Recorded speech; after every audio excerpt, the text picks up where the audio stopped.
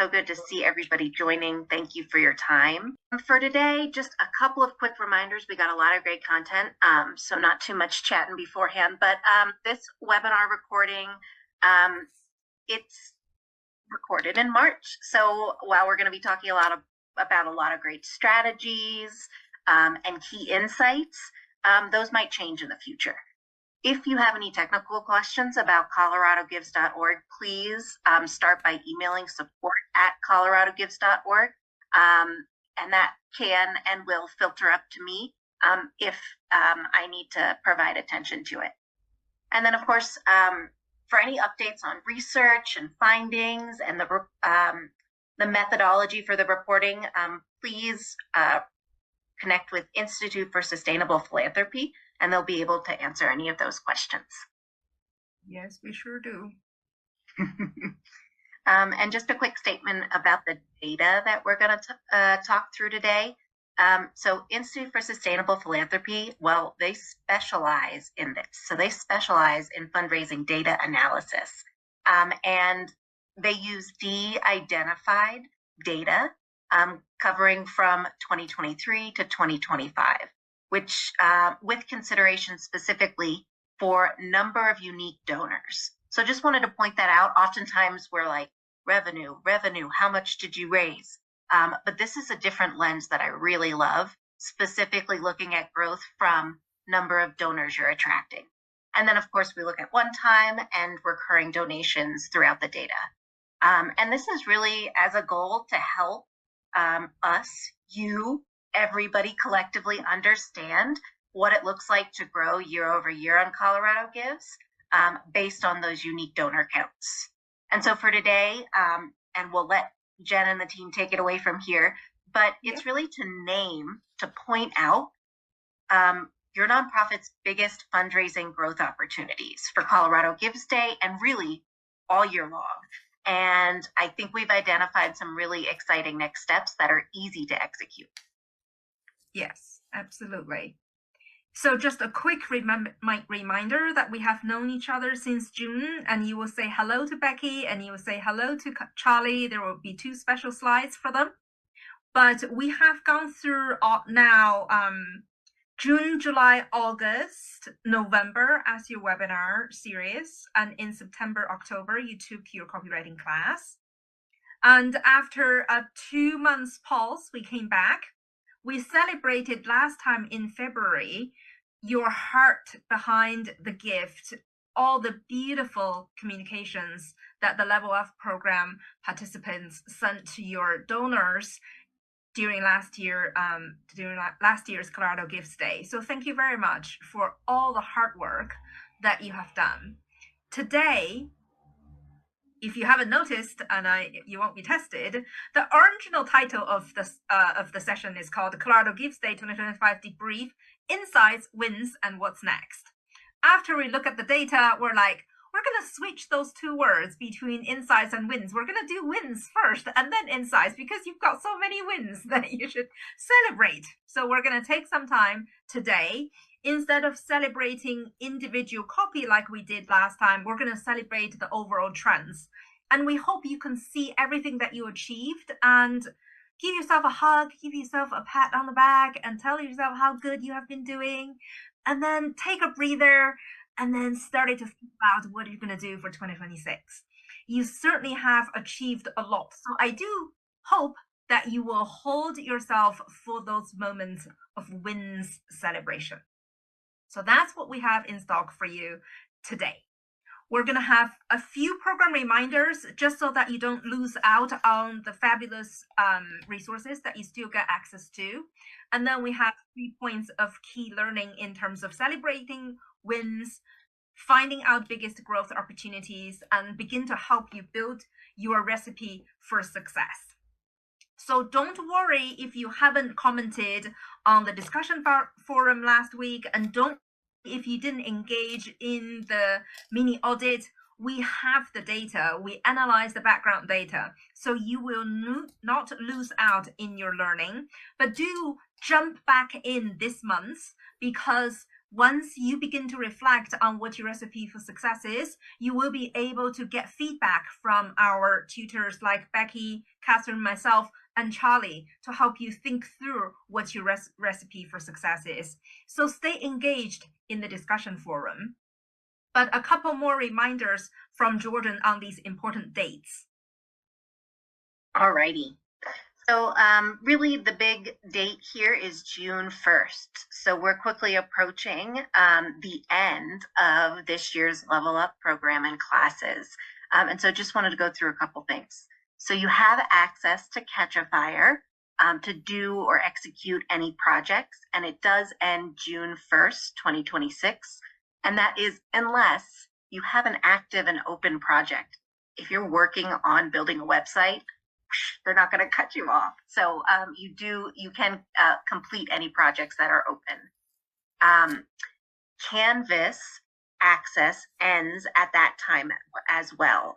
So you won't be able to be hopping in after June 1st to continue to engage with the content. And Jen, let me know if that's incorrect, but that's my understanding. Great. Yeah, that's correct. Yeah. Now, remember, all of the recordings and the slide decks, they also live on the nonprofit resources page. So it's not like we're cutting you off from the great information. Yeah, so and then, go ahead, please. You just won't be able to access any discussion forums after that. There you go. Yeah. And then the other thing is you have access still to a free embeddable form. And so that subscription ends June 1st. Now, the good thing is, specifically with the embeddable form, that doesn't mean your form stops accepting donations. So you will not be in a tricky spot where you have to quickly update. It continues on for as long as you want to use that embeddable form. What the subscription allows you to do, if you resubscribe, is that you can edit that form. So it doesn't allow you to continue to customize once the subscription is done. The subscription is $19 a month, so it more than pays for itself if you are, well utilizing the embeddable forms, which I'm talking to a lot of nonprofits who are. A lot of them are you guys. So just wanted to mention that. The other thing I'll just say, and it's just the last bullet here, is if you do want to adjust your subscription after June 1st, you can navigate directly to the settings, plan management area in your organization page as an admin. Thanks. Awesome. So for today, we are going to clarify your fundraising day results, and this includes our analysis of your entire usage data from 2023 to 2025 throughout the year. So it's not just the day. And we will share the fastest growth opportunities that you can zoom into this year. And we will help you begin to think about how you put action plans together to materialize those growth opportunities every 90 days leading up to Colorado Gives Day this year. But before we go, let's hear from Becky. Just say hi. And then just as a reminder, like what Jordan said, until the 1st of June, you have access to everything in Canvas. So if you want to download any slides, any transcriptions, any videos, and then have a read of any discussion forums that we've had to date, if you didn't have time back when you were full speed on Colorado Gives last year, go ahead and have a read of those discussion forums now, especially when you're in the reflection mindset. See what else you can learn from what people have said and what the tutors have given them feedback on. I will be quick. I'm here for it today. I'm going to have pom-poms going when I get to hear results. And someone actually sent in results early, and it just looks like everybody's had an incredible year. So I'm so excited. And I also want to tell you, as a former student of the program, that copywriting segment in September, that was a ton of information. A ton. Go back, copy, download, go get that stuff. I did it when I was in the course, and I still go back to that for refreshers and information. So June 1st is around the corner. It's going to be May graduation madness, and then boom, June 1st, and you lose that kind of access. So please make sure you go in and get all the information that you need now while it's the calm before the storm. So good morning, everyone, and glad to see you. Thank you very much, Becky. And then today we'll also welcome Charlie back. You saw Charlie in the email session, the social media session, the donor loyalty session, and she's back to share with us her insights into how we can gain even bigger wins in 2026. So welcome back, Charlie. We'll see you later on in the presentation. Hi, everybody. Awesome. Jordan. Absolutely. So wanted to interject here before we get into all of your amazing results to share what we're seeing across the platform with different events that are happening. So we're seeing a really clear shift, of course, trends nationally, but also specifically on Colorado Gives, which is really exciting. And that's that people are doing more effective online digital fundraising around events. And so 96% of nonprofits, they ran online campaigns in 2024. That's pretty cool. And this data also reflects that they are doing it with hybrid events because it's now the norm. Secondly, it's gone beyond just the donation or the sponsorship regarding the events. So peer-to-peer campaigns, they raise 40% more and convert donors 2.5 times faster than just a traditional donate appeal. And so there's really a lot of value in considering the digital fundraising piece of the pie for your event planning this year and next year. Now, I'm not asking you to reinvent the wheel or create necessarily new events, although it's very easy to do digitally. But I am asking you to take a look at your calendar and say, all right, what's the digital fundraising aspect where we can invite donors that had to RSVP no, or are across the country, or are elderly and can't make it. So just some scenarios where you might leverage online giving related to an event. This is one that just closed. It was running for the month of February. It's with Colorado Children's Chorale. It was bowling themed, and they used to just have the physical event. This year, they made an event page, which is free and available to everybody on Colorado Gives. And they incorporated team pages, leaderboards, templates so that everybody could create fundraiser pages and raise funds on their behalf. I chatted with her just recently, and she was astounded just at how many, look at, 447 donors, 455 donations. There's no way, she said, that we would have a conversion rate if we were just asking people to give towards this event. So something that we're seeing just take off. And I think something, as we're talking about planning and these 90-day periods, which we'll hear about, this might be a great way to leverage what's already in your calendar. And this is just a visual reference for how you're getting to creation of these different pages. So when you're logging in, you're going to fundraising tools, campaigns. That is where you can create individual fundraiser pages, teams, and events. And then the result is these beautiful pages that can collect donations and also have cool leaderboards that really elevate what you're doing and what your supporters are doing to give back. Absolutely. So these, although are all small actions that we can take now, they can potentially lead to big results, especially when people come together physically and you're combining it with an online component. People have multiple media, multiple channels of senses to engage with your organization. It helps you both collect stories and grow community around your cause. So what we're going to do this month, and for you to submit before the 25th of March on your discussion forum and to receive feedback from the tutor team, is to think about what might be the 4 simple ingredients in your Colorado Gives Fundraising 2026 meal. So the first thing is, can you prepare and test some of your donor experiences that are fast, easy, visible? This includes making online giving available during in-person events. Is there any way that you can add monthly giving more visibly, more easily, more available to your donors?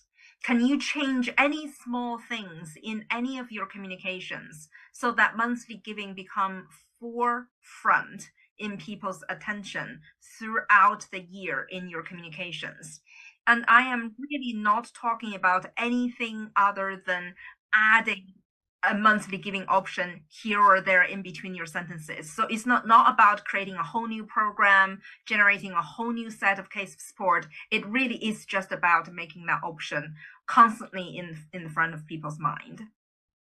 Is there anything that you can do to show people appreciation and deepen your relationship with them so that you can provide them meaningful care? And that includes in-person events. So when you host in-person events, think it through the perspective of how you can help people feel appreciated and how you can help them potentially either listen to your stories better or tell their own story. And if you have that in mind, think about what might be the best way to capture stories during your events. Do you have volunteers around with permissions to record conversations? Do you have a process that you can use to turn the conversations into transcriptions and into potential blog posts, LinkedIn posts? Think about that process. That's what you want to do in your preparation phase so that you can have a smoother process when it comes to the crunch months, 3 months right before Collateral Gifts Day. Here are some examples of how you can prepare your donors' giving experience. You can make giving easier by ensuring that your donation button is visible on every page, direct donors to embeddable donation forms, and evaluate your donor data collection process to make sure that you're capturing key donor information. Add a monthly giving ingredient to recruit more monthly donors and convert cash donors to monthly donors. And the best time to convert your cash donors to monthly donors is within the months after they give. So if you haven't done so already to your one-time donors after they give in their Collateral Gifts Day, it is worth providing them the monthly giving option for conversion, and obviously continue to invite them and make monthly giving prominent. Gratitude emails, short personalized impact updates, celebration messages are opportunities you can use to serve your donors more meaningfully. And then think about collect your network's email addresses, gather, share impact stories, build a story library for future campaigns. All these are ideas that you can potentially put into those 4 buckets, but these are not an exhaustive list. If you want to add your own list, post your own thoughts, that's what we invite you to do in the discussion forum. During which time period are you going to focus on which goal? And within each goal, what are the list of activities that you're going to take and you're going to complete? And whatever you feel like you want to receive feedback from your tutors, feel free to post them in. We are there for you between now and the next webinar. And in the next webinar, we're going to help you think about how to put your success recipe together. Now, in terms of celebration of fundraising successes, congratulations. In your mini audit, you shared with us that you gained more individual donors. You're seeing new donors coming in. You're seeing yourself raising 50K over year end in 2024, hit 125% of your performance goals. Your Collateral Gifts Day performance nearly doubled, suggesting a more concentrated and successful single day campaign in 2025. And the matching gift, hugely important. And the match was so awesome this year to raise over 170K was just amazing. That is purely, sheer amazement. Brilliant, congratulations. And what more than the amount of money you raised is the way that you describe how you engage your community and tell your story. Our biggest victory was proof that our community responds when we tell compelling stories online. We expanded our digital reach and brought many new donors into relationship with our mission. That is gorgeous. That is so amazing what you have achieved. And more importantly, I love to read that confidence in what you write. You know, this is no longer something that we teach you. This is something you can say, yep, I've done it. It's success. And I can see it myself with my own eyes that my donors are responding. And that is beautiful. And I absolutely love the fact that you are now focusing more on the community aspect. And that is absolutely essential. Becoming more professional in fundraising is not to take you away from your community, but to actually take you deeper into your community. As a team of one, I wish I could put more attention on this campaign and not be distracted by other tasks, but this training definitely gave me more focused approach and greater confidence for success. And that's exactly what we hope to achieve. This training is not designed for only large teams. If you are a team of one, all that you need is to concentrate. And that's why it's so important to take between now and the end of April to plan and to focus and to receive feedback from our tutors to see if the way you are focusing your effort and spending your limited amount of time is the best way, so that you don't get distracted and you can stay course even when sometimes distractions might come your way, because you have iterated and justified why the actions that you take are the most important actions that you need to complete. Improved communication and messaging, different language in emails and social posts. And just like our copy is better tailored. And that's brilliant.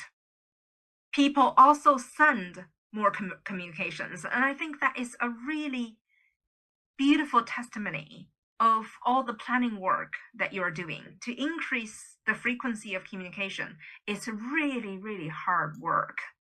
So it takes a lot of planning to get the volumes up, especially when you're ensuring the quality of the volume and you're checking your unsubscribe rate and you're adjusting your confidence level. So this takes team approach, system approach, track your performance, and keep learning and adjusting as you go forward.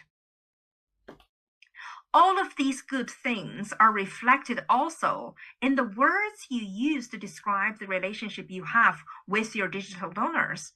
When we measure them in 2025 in your first mini audit and compare them to your 2026, the second audit, what we saw is the words you use to describe your relationship with digital donors moved from transaction to community. It moving beyond one-off gifts to ongoing engagement in words that you use. It's no longer about giving generosity only, but it's about engagement and enthusiasm and passion. It's from giving to the giver. You talk less about the gift, the support. You talk more about the passion, the kindness, the care. And words like distance, minimal, and few, they simply disappeared from your lead words board. Instead, they are replaced by identity statement, conservationist, dinosaur enthusiasts, history lovers, and more. And that is just beautiful, beautiful to see how much deeper and more anchored your relationships are with your digital donors. Thank you so much for all the hard work that you put into yourselves. If you haven't done it already, pat yourself on the back and give yourself a hug and give each other some encouragement on the screen and tell ourselves that we have done a great job. This is just in our self-reflections. If I show you the numbers, you will become even more impressed with yourselves. So this data table is going to take the longest for me to go through because all of the rest of the data follow exactly the same format. So I just wanted to make sure that we all understand what we're looking at when we go through this chart. And then so every other chart you see will be roughly the same. So in the first column, you are looking at level up organizations from 2023, 24, 25, and everybody else in the database, but who are not part of the Level Up program. And they are 3,215 of them, people who are not in Level Up. There's 107 in 2023's Level Up, 99 2024, 89, 2025. And don't worry about the slight variation in how many people in the level up because it depends on the data. There's only the number of organizations if the data is available for analysis. So these numbers will slightly vary. Now, so that's the second column. Now, the third column says, what is the percentage of this particular cohort of Level Up program in everybody who lives on Colorado Gives?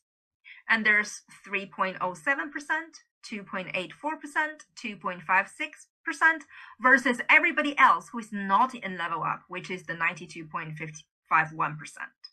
Okay, and here the next two sentences are real brain stretchers. So if you're not used to data, take this in very slowly. And we're going to say exactly the same information on the next slide with words. The fact is, if Level Up organizations perform at exactly the same level as people who are not in Level Up, you should see exactly the same percentage across all these next three columns because they are the percentage of people who are in the top 90th percentile, top 80th percentile, and top 70th percentile in terms of the growth in unique donors. I'll say that sentence one more time because it's a very tricky sentence. If the Level Up organizations perform at exactly the same level as the rest of the organizations, you will see the exact percentage copied through in these next three columns. Instead, what you look at is almost a doubling of people who are represented in the top 90th percentile of the fastest growing organizations in Colorado Gives. Wow, that's amazing. That is almost a doubling of representation. And all these green numbers, they are higher representation from 2.84. So what this tells us is that, wow, Level Up organizations, you are amongst the fastest growing on the network. Congratulations. The exact same message is written out here as sentences for you if you need more time to digest. But really, even as a small group, Level Up organizations punch above their weight, outperform many organizations in this unique donor growth metrics. And remember, many organizations on the Colorado Gives platform, they are much, much, much bigger than you. So the fact that you punch over your weight in unique donor growth is absolutely brilliant. So congratulations. What you are looking at on this slide are the top 10 nonprofits who have grown the total number of unique donors they have on Colorado Gives from 2023 to 2025. Benefits in Action, Center for Work Education and Employment, Revel, and Latin American Educational Foundation. Congratulations, brilliant job. We looked at this group of organizations for whom the median number of donors that they start with is higher than 50. Now, on the next slide, you will look at the lead board for organizations who started with a median number of 10 donors. So they grew donors from 2023 to 2025 with a percentage growth that is absolutely remarkable. Again, Benefits in Action, you are on the lead table, and also Imagination Library of Denver. Congratulations. The final slide shows the top 10 growing organizations from 2023 to 2025 of those who started with more than 100 people on the platform. So Legal Aid Foundation of Colorado and Family Tree. So congratulations, you are brilliant at growing the number of unique donors all year long. You are also brilliant at growing the total number of unique donors on Colorado Gives Day. Who might be those organizations and how do we find them? Similar as before, we looked at how many organizations participated in Level Up 2023, 24, 25, and in comparison to other organizations. If they're overrepresented in the fastest growing category, then we know they're performing well. So amongst top 10 growers who started from more than 20 people in your database in 2023 are Colorado Repertory Singers, Cripple Creek Donkeys, 2 Mile High Club, Clinica Family Health and Wellness, and United for a New Economy. Congratulations, you've grown fastest on Colorado Gives Day. These are organizations who started from more than 50 people in their database. People and Pollinators Action Network, Rocky Mountain House Rabbit Rescue. Congratulations, really well done. You are brilliant. Now, you are also brilliant at retaining your donors. Exactly the same structure of how we find those really, really brilliant organizations who manage to retain your donors after 12 months. Wow, that is remarkable. You can notice that the sample size here is much smaller because a lot fewer organizations have monthly donors in their database. And that is something that we're going to focus on in later part of our growth opportunities. But look at how much you're overrepresented in the best nonprofits who are retaining your donors for longer than 12 months. That is really brilliant achievement. Who are these organizations? Sand Creek Regional Greenway Partnerships, Denver Food Rescue, Community Foundation serving Southwest Colorado. What a remarkable group of organizations. All of you started from more than 5 monthly donors, and you managed to keep them. That is remarkable. And the next 2 organizations, Pepper's Senior Dog Sanctuary and We Cycle, congratulations! You have retained your donors at 80% or 78.79%. That is remarkable. We Cycle. Give yourself a round of applause for attending all 3 years of the Level Up program. I hope you experienced within your team and amongst your donors remarkable growth. So that's our celebrations. We're celebrating Level Up organizations who are amongst the fastest growing organizations in terms of the number of unique donors you have year-long on Colorado Gives. We celebrated the organization who are amongst the fastest growers on Colorado Gives Day. And we celebrated your best organizations who managed to retain your donors even after 12 months. And that is remarkable, remarkable work. Now, we're going to go into the insights section of our presentation, which I will speak about your number 1 biggest opportunity for growth in 2026. And it should be no surprise to anyone that attracting more monthly donors is going to be your fastest growing possibility. Why do we say that? Well, we looked at the total numbers that Colorado Gives platform has every year, and we separate them out into one-time donors and monthly donors. And as you can see, total percentage of donors who are one-time donors are the majority of people who give to you on Colorado Gives platform. Only less than 10% of you donors who give, they give monthly. That is, they are recurring donors. The median number of one-time donors on the Colorado Gives platform is around 20 donors, but the median number of regular donors is only 2, 3, and 3. So yes, your potential to grow monthly donors is remarkably large.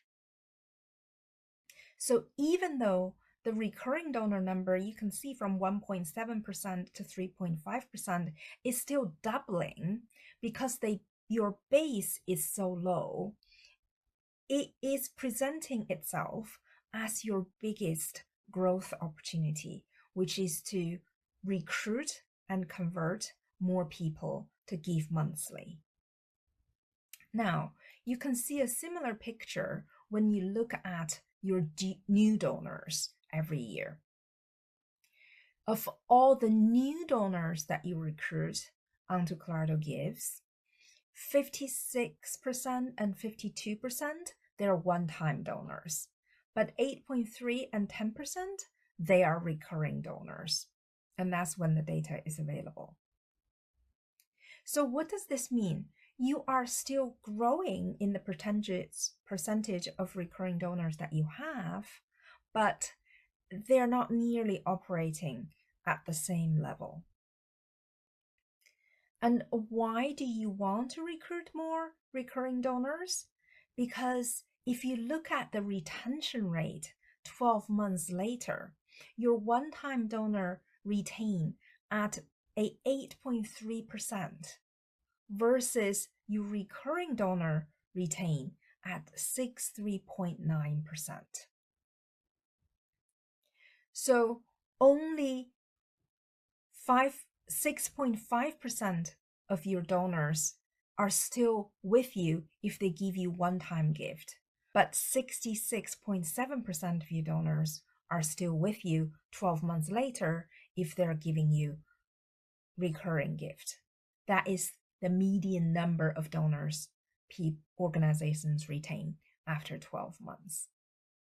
So with your own data, you can see that recruiting monthly donors and retaining them need to be one of your top priorities if you are looking into growth. Charlie will speak about the importance of raising monthly gift when we look at data from other sources. Yeah, so like Jen said, those monthly donors are generally worth 8 times more than a one-time donor. The average monthly donor gives around 288 per year. So it's really, really important to make those occasional asks. Like Jen said, you don't need to completely change everything you're doing because you're obviously having those amazing moments and you're growing. Everything that you've seen here, you're all doing really, really great work. You're just not featuring it enough and making it known how important and how valuable, how much more love that they can offer everyone that you serve through becoming a monthly donor, because that steady amount of money helps you plan every year, right? It makes you know, okay, well, you're definitely going to do this. It takes the pressure off just a little bit about reaching those goals towards the end of the year, because if you're not panicking, you'll be able to plan more around Colorado Gives Day and really put effort into that, because you can see, okay, you're definitely going to hit here. And once you have that pressure off, it can really actually help you get through those days and do a lot more because of the pressure. Other organizations, sorry, did somebody have a comment? Okay. Most organizations across the sector, 31% of their complete online revenue is coming from monthly donors. So that's extraordinary. And something that is not happening for you yet, but that is a goal that you can strive for, that you know is doable, that it's not just massive nonprofits achieving that, it's smaller nonprofits as well. And a big part of that is doing upgrade calling and that messaging for anyone that has done a recurring gift or has done a repeat gift. So anyone you know that's come, and you can look in your database, anybody that's come back and donated twice to your organization, they are primed for becoming a monthly donor. So that's just pulling a quick list. If it's a small amount, you can schedule doing 1 or 2 calls a day, asking them if they might be interested. If you have that capability of doing that over the phone, or you can say, I'll pop an email to you with the link while we're on the phone. There's lots of ways to do that. Those calls, those personal moments, make a really big difference. So at large scale organizations, they can afford to do thousands of names at a time. But with the small scale that you have, it's great. You can just really, really try to take the moments to do that. But also just featuring it and targeting those people that have returned in an email that, hey, you've given, and sometimes you can have that dynamic content where it says, you gave $120 last year, which we could not be more grateful. Would you consider giving $10 a month instead? It's the same amount. You're not it's not an intimidating amount for them, because they've given it before, but getting that $10 a month means they'll have an 8 times multiplier in their lifetime value, and monthly retention rate, well over 80%. As opposed to one-time donors, average only at 23%. Now, Jen said you retain, those one-time donors are coming back for you. There's a smaller amount, but it's incredible that it's something to celebrate. And that means you have an audience primed to become monthly donors. So when you see the giving days and that spike in one-time donors, that's the opportunity. Don't miss it. Within those 30 days after, if you can get them to convert, you gave this amount, what would you think about breaking that down into 12 months? Unless it's obviously a smaller gift, but they gave $5 and you're like, what would you think about doing just $5 every month? That would be incredible. If you can get that personalized. If not, really taking a story about, potentially people you work with in food banks. It usually can take people a full year to get back on their feet. So they see us every month. And if you could be there for them every month, that would be amazing. You have dinner on your table each night. Like Jen said, that's something relatable.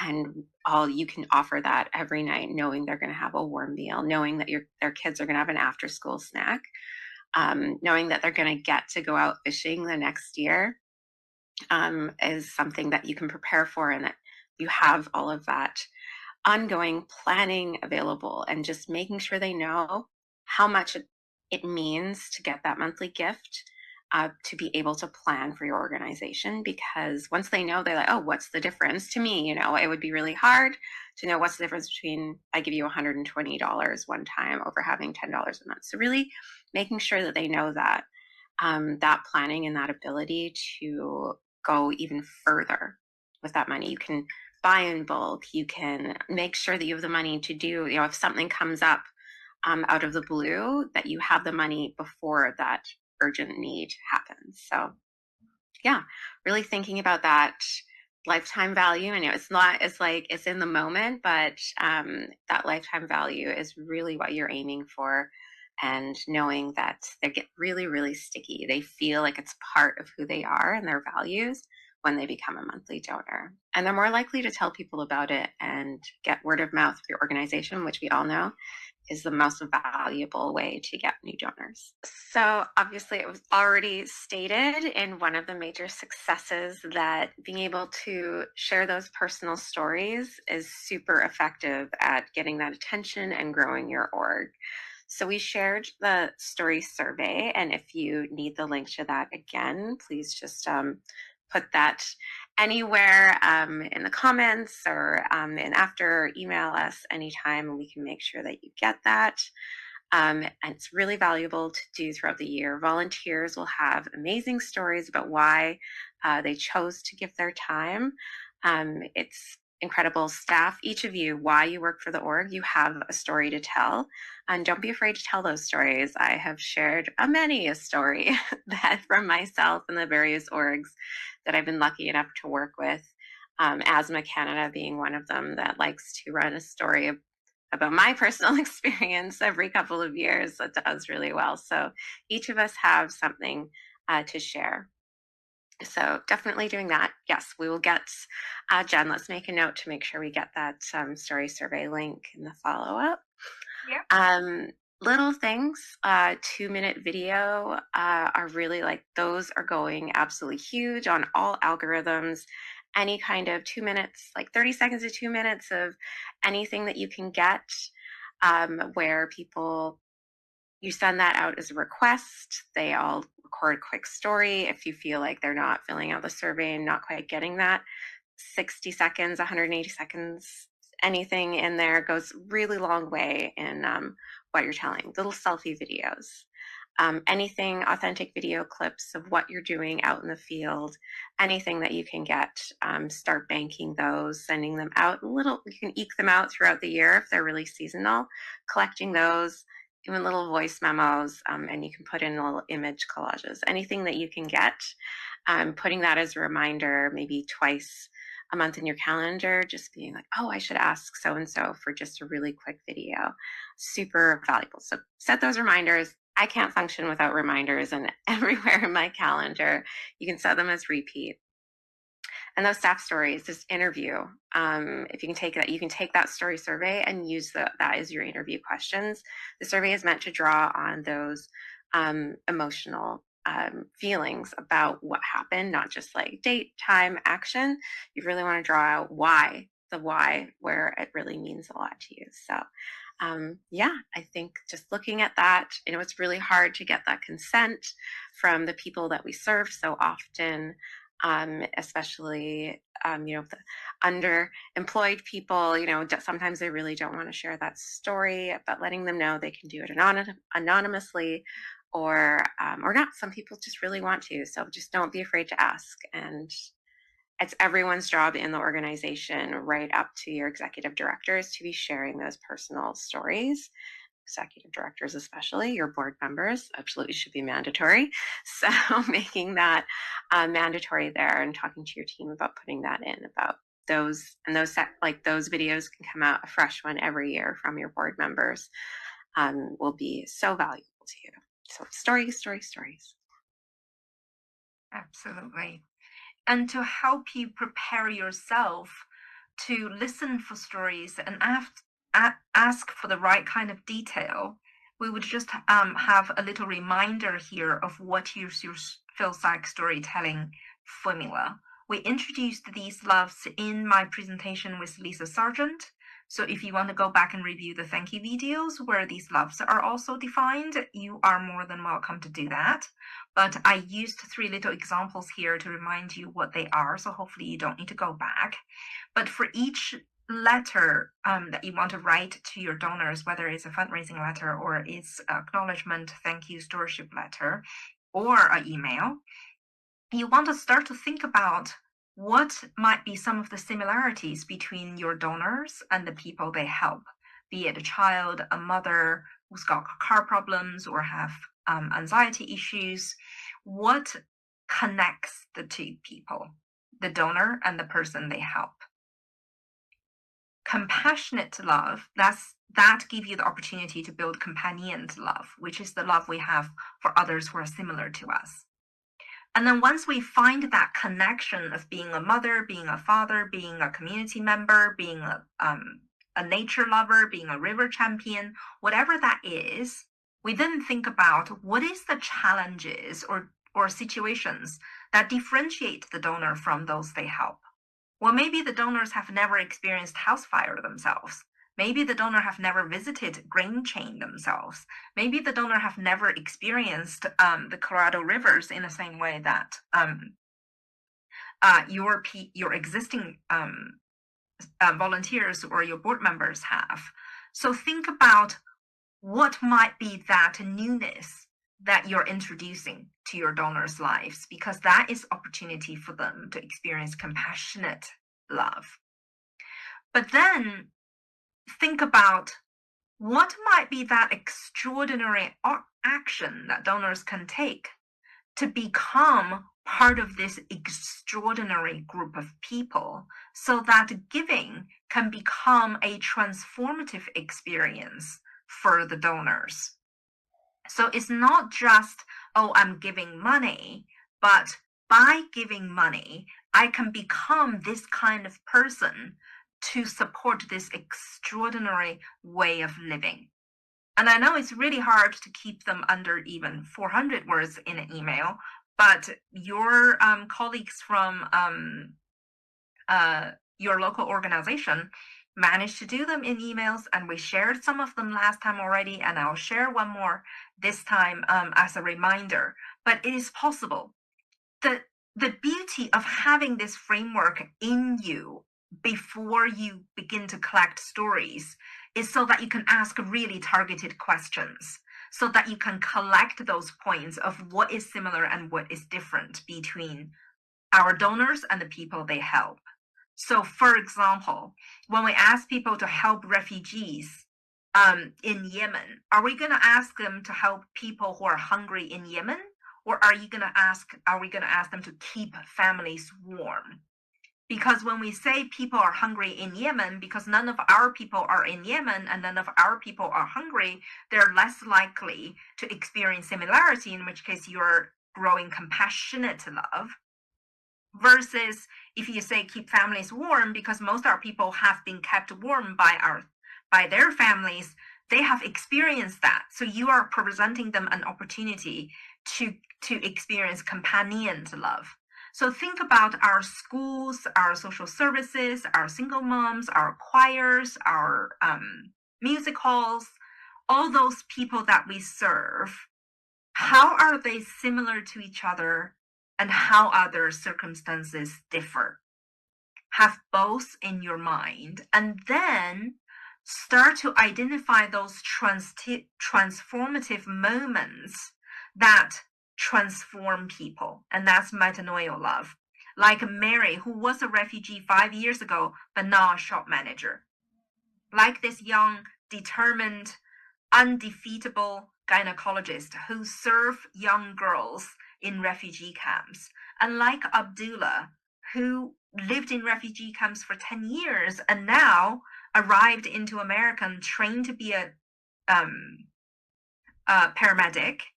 And then when the magazine says, "Welcome to America," it's said by Abdullah to other people.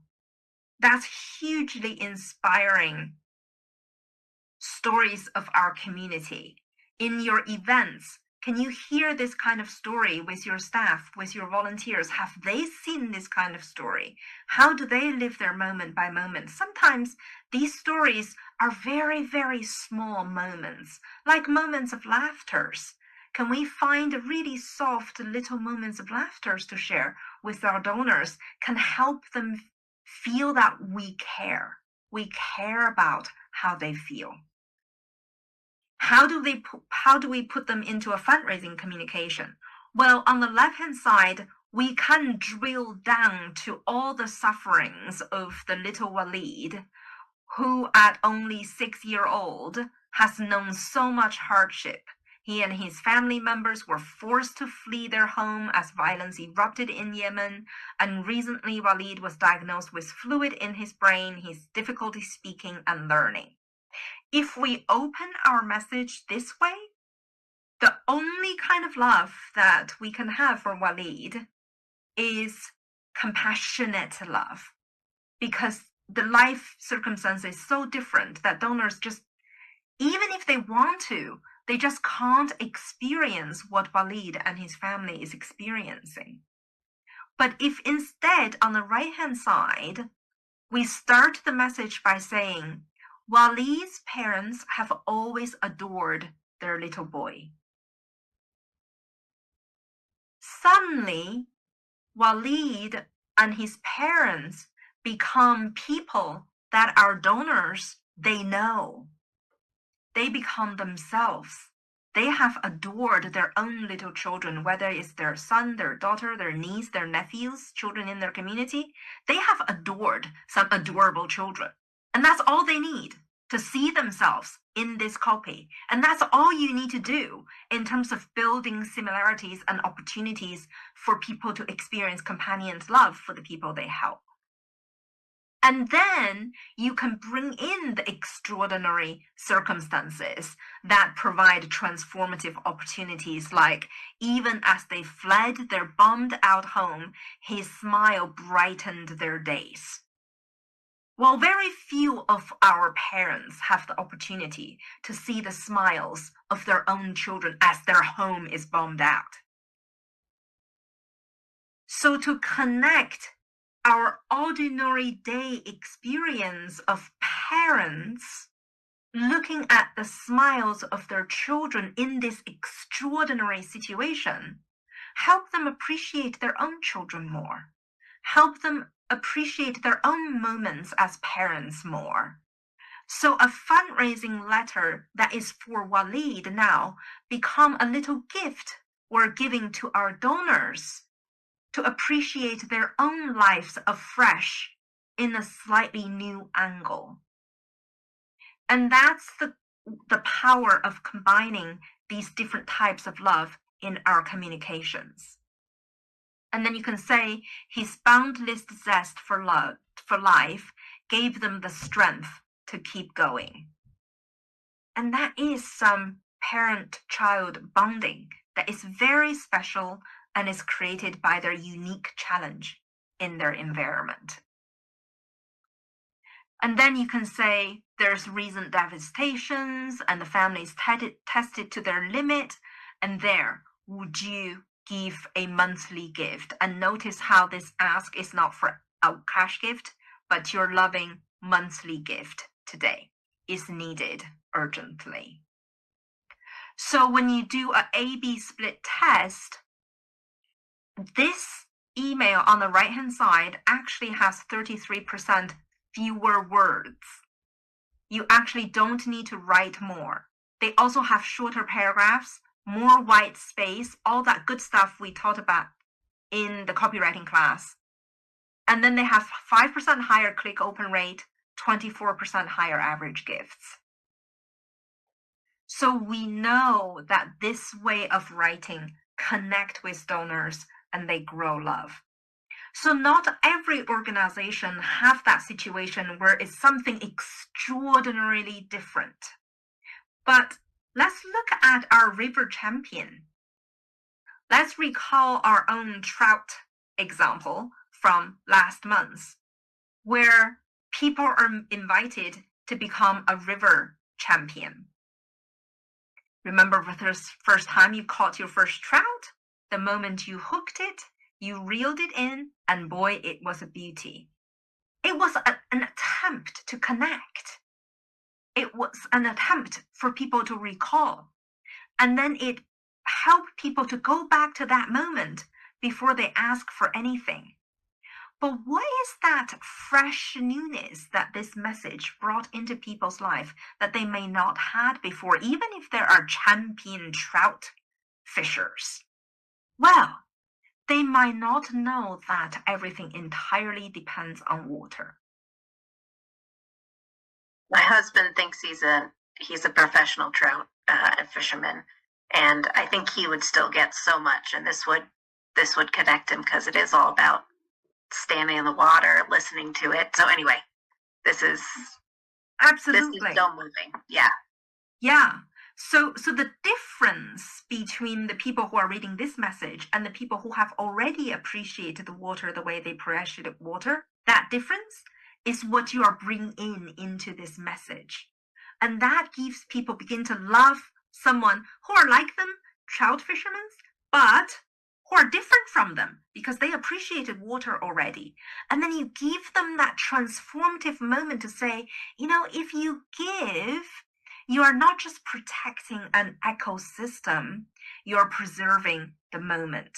You're allowing that moment to transforming people's lives. So what are those moments you observe in your classrooms, with your children, with your parents, on a day-to-day basis, with your teachers, with your volunteers? Anybody, whenever they can share any moments like that, get their permission have them record the information, go back to your office, type it in a 10, 15 sentence short email to yourself, record those emails. All of those things, they can be used in your donor communications. That's how you can collect stories, think about questions to ask, and build them into your schedule to help you build deeper connections for higher giving, especially for monthly giving.